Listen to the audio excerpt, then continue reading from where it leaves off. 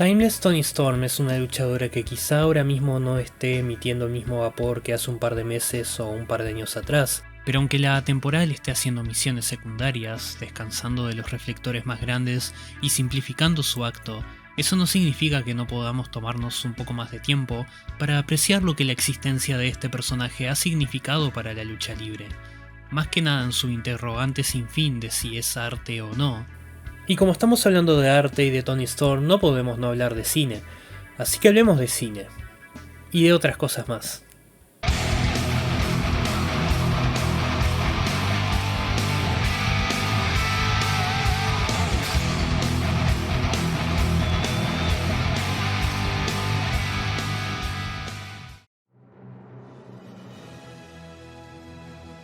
Por supuesto, todos sabemos ya cuánto ha tomado Tony de las divas del Hollywood dorado, la sinergia corporativa entre AEW y Turner Classic Movies, y cómo su rivalidad con Mariah se inspiró parcialmente en All About Eve. Y digo parcialmente porque hay diferencias clave entre las dos historias, pero eso siempre va a pasar cuando adaptas una obra de un medio a otro distinto. Eve y Margo no terminaron abrazadas en un aftercare sangriento. Su despedida fue más calmada y pasivo-agresiva. También tenemos la situación donde Mariah se iba a ir de la empresa y se tuvo que girar a direcciones distintas para concluir el arco. Es el riesgo de hacer historias a largo plazo en la lucha libre. Una apuesta donde las probabilidades siempre van a estar contra vos por una lesión, un fin de contrato, diferencias creativas, la naturaleza colaborativa del negocio, etc. Aún así, les recomiendo con fervor ver All About Eve. La podrán encontrar si buscan bien. Al parecer uno de los títulos en español que tuvo fue Eva al desnudo, lo cual no hay desnudos en esta película, probando que ya hace 70 años el bait estaba a la orden del día. No podemos reducir las inspiraciones de Tony a una sola cosa, a decir que es Marilyn Monroe luchadora o, peor aún, los vaudevillains en mujer. Esos personajes no tienen nada que ver, por favor. Es todo un conjunto de elementos. Hoy quiero concentrarme en lo que creo que es uno de esos elementos.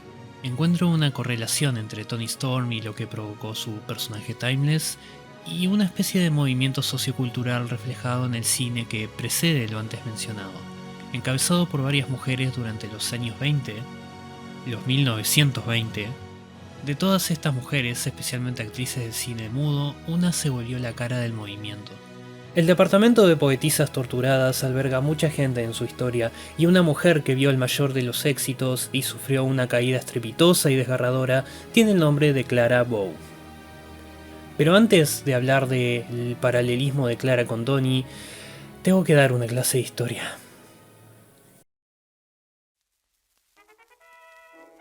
Se usa el término revolución sexual para hablar de ese periodo entre los años 50 y 70, donde muchas normas sociales y pautas que seguía la población vieja fueron desafiadas por subculturas, intelectuales académicos, la juventud del momento, la ciencia y la misma ley. Con humor se suele decir que los Beatles fueron un éxito porque estuvieron en la primera década que les permitió a las mujeres estar calientes. Sin embargo, una revolución no sucede de la noche a la mañana, es una serie de eventos que pueden extenderse por años y décadas. Pregúntenle a los franceses, tuvieron 3 de ellas. Más si nos ponemos finos. Por supuesto, la historia recuerda más la revolución de Robespierre, así como la historia recuerda más a Marilyn Monroe. Pero, si vamos unos años atrás, a los rugientes años 20, hay otra revolución sexual marcada por las flappers. La Primera Guerra Mundial cambió muchas cosas en cómo la sociedad se comportaba. Los hombres fueron a sacrificarse en las trincheras y las mujeres fueron aceleradas al campo laboral.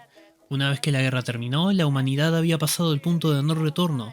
Muchos de esos jóvenes perecieron en el conflicto bélico y muchas mujeres se dieron cuenta de que todo se puede terminar en cualquier momento por cualquier razón, sin importar qué tan estúpida sea. Y si la vida puede terminar de esa forma, sería mejor aprovecharla divirtiéndose sin preocupaciones. Como diría Willow Nightingale, no importa nada, sonriamos igual. Y así, una nueva generación de mujeres emergió. Se vestían distinto, usaban maquillaje, vivían alocadamente. Fumaban, bebían, iban a fiestas, seducían a hombres, casados o no, bailaban jazz. Manejaban estos nuevos automóviles, y no solo los manejaban, sino que usaban sus asientos traseros para cosas indecentes. A estas chicas se las llamó flappers, adolescentes y jóvenes adultas despreocupadas que hacían flap flap de allá para acá sin coordinación ni interés por lo que se chocaban en medio. Un término dulce en la superficie, pero despectivo en el fondo que en poco tiempo ellas apropiaron, para disgusto de los viejos y cansados. Hablando de apropiarse, el sistema hizo lo que siempre hace con un cambio al status quo: capitalizar con él. Las imágenes en movimiento, o movies, eran la nueva sensación, un arma para comunicar, un campo para contar historias y una catapulta de celebridades. La generación Flapper fue retratada en el cine mudo con actrices preciosas y carismáticas que se volvían astros al instante y generaban mucho rédito para los grandes estudios. Las pelis de comedia romántica se volvieron el hogar de estas aventureras que solo querían divertirse un poco. Así es, Clara Bow no fue una pionera en esto. Otras actrices le precedían en su estilo y estética, pero en retrospectiva el tiempo mostró que ella fue una de las más grandes exponentes del género. Y como veremos más adelante, su historia de vida es pertinente para uno de los puntos que quiero tocar en este video. Por eso quiero hablar de ella. Nacida de una familia rota y disfuncional, Clara Bow encontró una escapatoria de su trágica vida en el cine. Determinada a cruzar el medio y ser parte de la industria que tanto amaba, encontró su camino hacia la pantalla grande con concursos de belleza y roles minúsculos en cualquier producción que la aceptara. Tenía 2 pesos y un sueño, pero más temprano que tarde lo logró. En 1927, la controvertida escritora Elinor Glyn concibió un guión perfecto para ella bajo la dirección de Clarence Badger. It, no la del payaso, fue protagonizada por Clara Bow. El título de la película se refiere a eso, aquello, ese no sé qué sé yo. Aura. El encanto indescriptible que Clara mostró en este filme de principio a fin, en el que su personaje Betty Lou intenta chamullarse a su jefe mientras lidia con un pretendiente en el que no está interesada y la propia pretendiente del jefe. No hay palabras justas para el despliegue de carisma de Bow y con justa razón se volvió una estrella de ahí en adelante. Sin embargo, no te volvés una It Girl, sobre todo la primera, sin ganarte enemigos. Bow era una forastera. No fue a ninguna escuela prestigiosa, no tenía la actuación en su sangre, su desempeño rompía el molde y, por supuesto, fue la cara de una rebelión social. Sus desventuras con supuestas parejas detrás de cámaras la hicieron el centro de rumores y chusmeríos sin fin.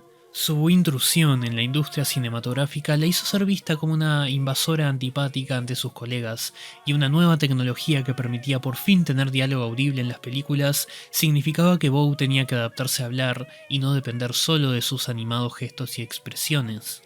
Mientras tanto, la bonanza económica de los rugientes años 20 se encontraba con una crisis sin precedentes que alteró incontables trayectorias.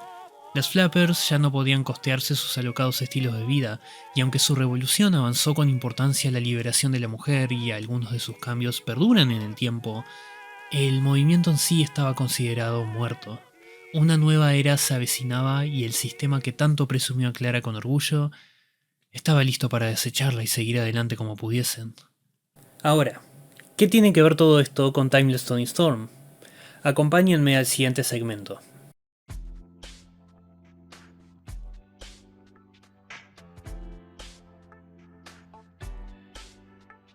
La era de Clara Bow trajo consigo muchos cambios inimaginables a la percepción de la mujer moderna, y contribuyeron a que haya aún más cambios que la misma Bow no pudo vivir para ver.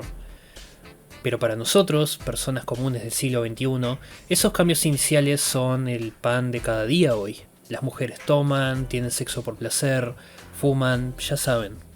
Han pasado 100 años y la búsqueda de la liberación implica otras cosas ahora. Lo que es transgresor en un siglo no lo va a ser en el siguiente. Toni Storm ha dado mucho que hablar desde iniciar con el concepto Timeless.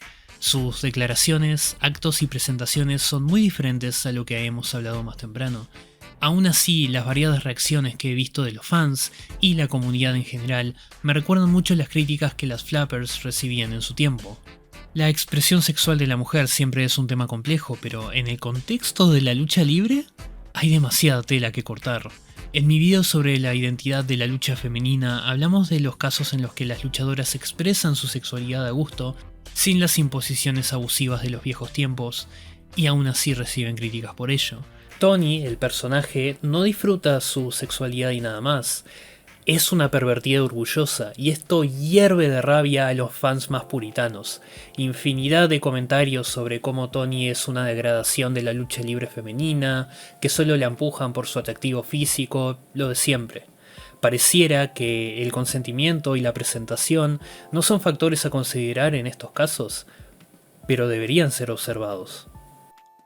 Toni Storm besa a mujeres en televisión, las seduce y se involucra en rivalidades psicosexuales que dejan a sus oponentes cambiadas luego de la experiencia. Pero no es lesbiana.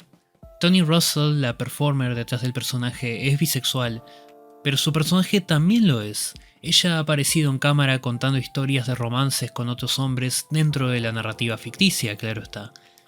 Estuvo involucrada con Stan Hansen, quien le hizo un lariat pero no con su brazo.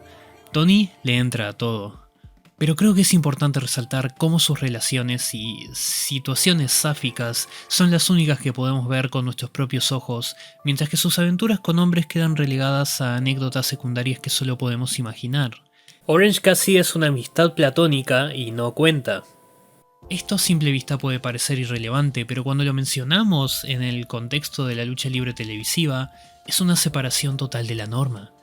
El romance en el wrestling se ha contado casi siempre desde una perspectiva heterosexual, y cuando no lo ha hecho hemos tenido historias explotativas, tomadas a modo de broma o cuestionables en el mejor de los casos.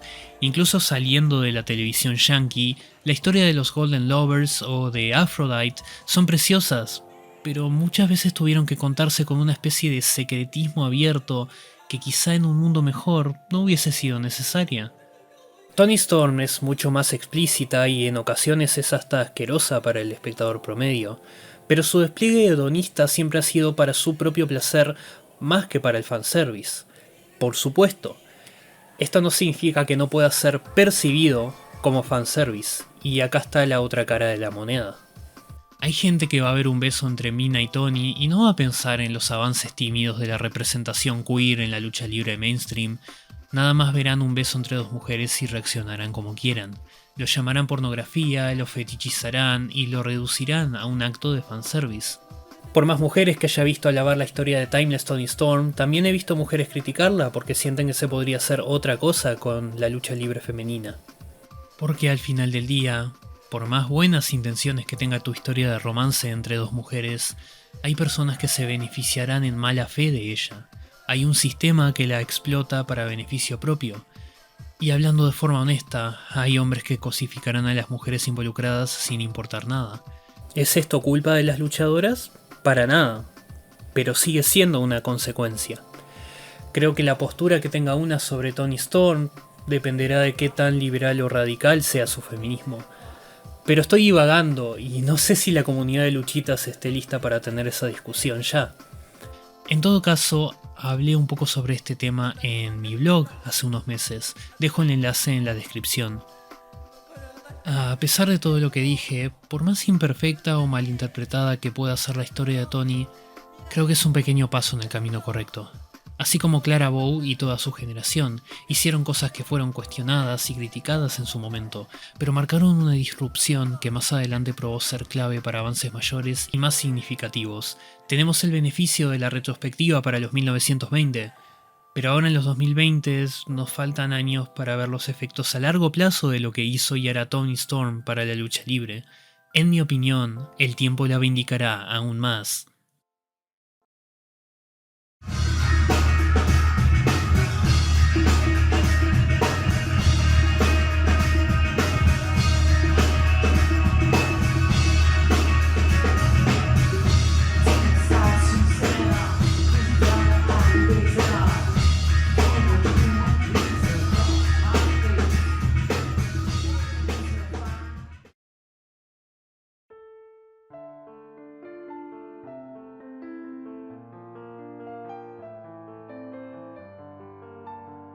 Pero la sexualidad no es lo único que definió a estas mujeres. Encuentro interesante que, aunque muchos asocien a Toni con el Hollywood dorado, de hecho sus segmentos iniciales se basaron en el cine mudo.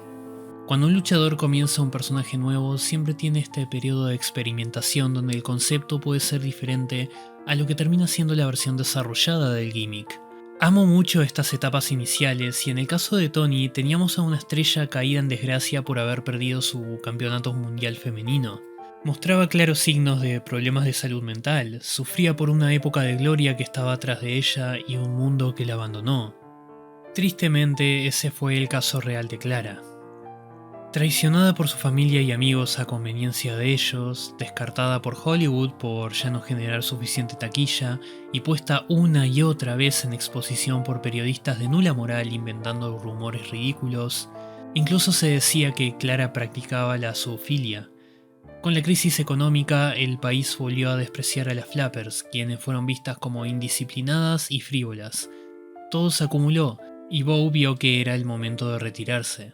A pesar de intentar tener una vida tranquila con su esposo, el estrés acumulado se sumó a los traumas de la infancia y un cuadro de esquizofrenia heredado de su madre. Clara Bow fallecería sola y enferma en 1965. Una mujer que solo encontraba felicidad en el cine y dio todo de su persona para ser parte de él, terminó siendo usada y desechada por el mismo sistema que le trajo tanto infortunio. Quizá por eso, Clara habló de la tristeza subyacente en la vida desenfrenada de la Flapper, como mostré al principio de este video. Tantas idas y vueltas, tantas fiestas, tanta parafernalia fueron una distracción, una anestesia al sufrimiento constante que embarcar este camino implicó. La historia de la belleza andante que, en su persecución por la grandeza, la aceptación y o la pertenencia, entrega su psiquis, su cuerpo y su vida de formas extremas, para ser traicionada por aquello a lo que quería pertenecer, es una que se ha dado en la vida real y en la ficción incontables veces. Es uno de los pilares a la hora de representar el sufrimiento femenino. Para Toni Storm, el campeonato mundial era la grandeza insertada en un cinturón. Perderlo una vez la mandó a la locura, perderlo otra vez la vio enviarse a un autoexilio desenfrenado. Perderlo una vez más... Quién sabe lo que hubiese pasado sin la presencia de su amada Mina Shirakawa. Para Mariah May, bueno, ¿qué decir de Mariah May? Su historia con Toni brilla gracias a los temas de este arquetipo. Mariah estaba desesperada por llegar a la cima de AEW, tanto que sacrificó su sentido del yo para replicar a Toni Storm de pies a cabeza, tanto que fue capaz de traicionarla y apuñalarla con un zapato, tanto que estaba dispuesta a morir por ese campeonato. El Hollywood Ending fue una masacre, donde ambas mujeres entregaron su sangre para perseguir la presea que tanto querían. La lucha extrema y todas sus variantes son lo más cercano que puede ofrecer al wrestling al body horror, y en el mundo del cine la conexión temática entre el terror corporal y la percepción de la mujer es fuertísima. Obras como El cuerpo de Jennifer, Carrie, Crudo o La sustancia tocan este tema con variedad. Pero, como aludí hoy, ni siquiera Eve Harrington llegó tan lejos en All About Eve. Ella no estaba dispuesta a ser Margot Channing o sangrar por ella, solo quería tener lo que ella tuvo. Cuando lo consiguió, alguien más estaba lista para robárselo a Eve. Al final del camino no hay felicidad para siempre, sino una caída estrepitosa hacia el olvido. Así se lo vaticinó Toni a Mariah en este famoso segmento con René Paquette. La comunidad ya decidió cómo interpretar esta promo, pero bajo el lente de lo que hemos hablado hoy, se vuelve muy interesante. Toni Storm, habiendo conocido la derrota y estando en lo más alto de su juego, tiene la confianza suficiente para decir que ella está más allá de cualquier otra competidora y es inmune a la perdición a la que está sometiendo a su enemiga. Una vida de mediocridad, en la que Mariah no podrá destacarse en nada, pues una vez que su rivalidad con Toni termine, no tendrá la capacidad por sí misma de brillar con nadie más. Pero, ¿esto habla de Mariah o del sistema mismo en el que ellas se encuentran? ¿Qué pasa con aquellas luchadoras que salen del plano estelar y los focos principales? ¿Qué pasó con Hikaru Shida? ¿Qué pasó con Riho? ¿Qué pasó con Thunder Rosa? ¿Qué pasó con Nyla Rose? ¿Qué pasó con Mariah May?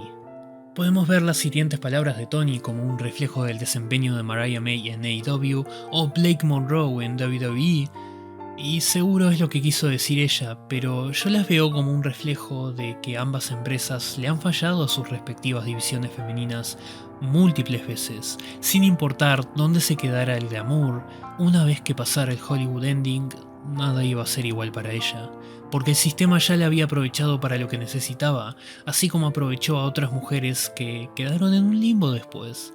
Podés darlo todo, tu mente, tu humanidad, tu dignidad básica, Pero si la industria no quiere usarte, vas a perder igual. Toni Storm se considera la diosa de la división femenina, pero ni siquiera ella puede garantizar su éxito permanente.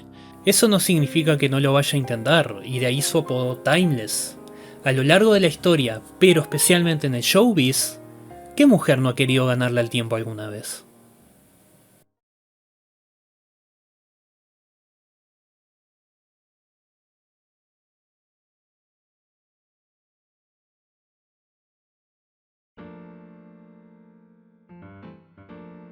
Se habrán dado cuenta que no estuvimos exactamente hablando de suplexes y headlocks o dirección de fotografía en este video sobre lucha libre y cine.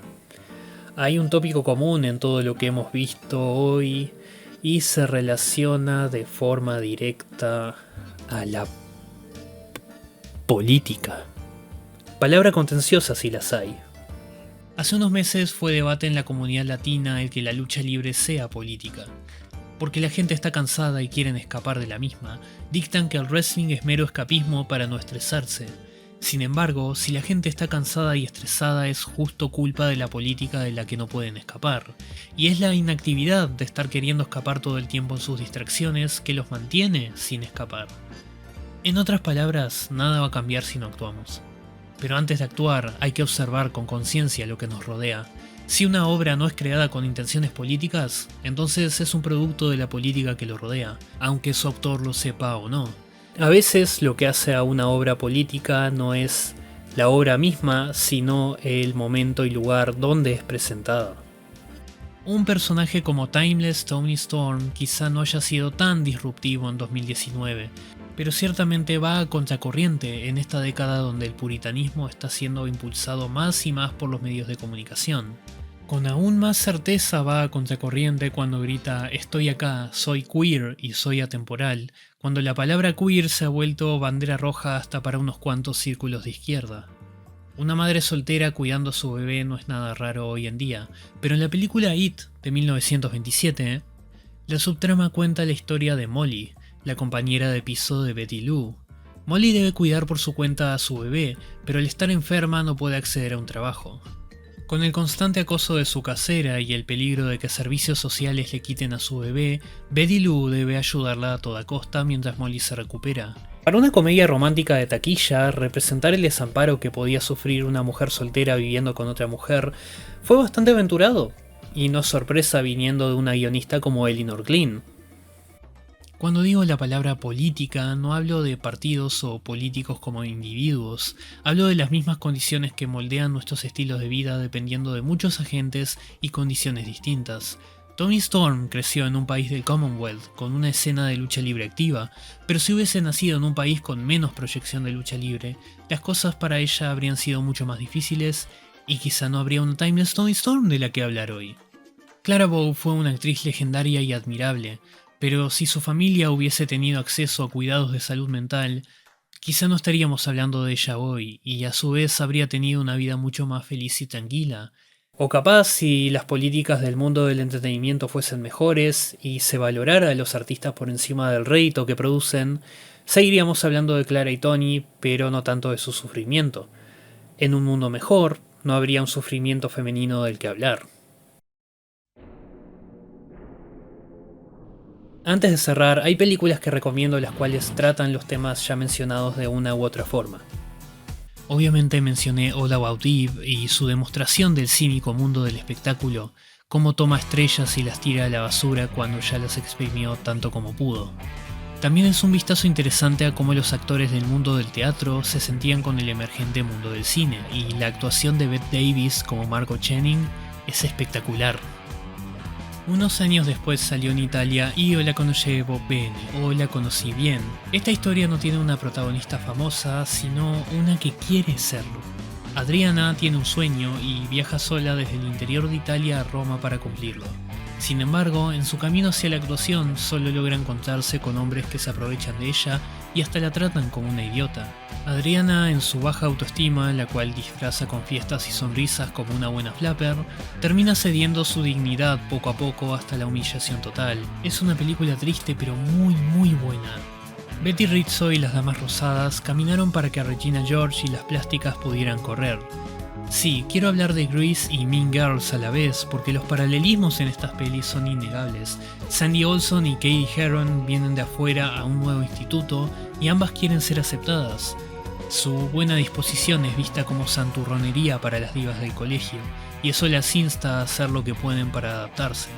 Aunque Sandy y Katie no buscan fama mundial, sí buscan pertenecer y sacrifican lo que las hace ellas mismas en el proceso. Grease toma una postura más inocente y optimista, pero Mean Girls es honesta sobre los peligros de abandonar tu yo, lo cual Mariah May también aprendió, como discutimos. En el mundo de Dumplings, nada importa, pero tampoco hay algo por lo que sonreír. La señora Lee quiere recuperar su apariencia joven, por lo que visita a la tía May, una cocinera con una receta secreta de dumplings que garantiza quitar arrugas y todo lo que te haga ver vieja. Funciona, de a poco, pero funciona. Lo que más le importa a Lee es verse atractiva para su esposo, quien es 10 años mayor que ella y la engaña con chicas aún más jóvenes que ella. Pero, ¿qué tiene esa receta secreta? Fetos abortados. A pesar del disgusto inicial de Lee, poder volver a su juventud y recuperar el atractivo ante su esposo la hace querer ir más y más lejos con el método de la tía May. Y lo que sigue es indescriptiblemente grotesco, pero temáticamente es la más crítica de estas películas con la impunidad del sistema en el que nos encontramos. Una siniestra obra de arte. Dicho sea de paso, síganme en Letterboxd. Muchas gracias por ver este video, espero que haya sido de aprendizaje y apreciación. Habrán un par de videos más durante el verano, así que ojalá se copen para lo que se viene. Soy Nina Zapster, hasta la próxima.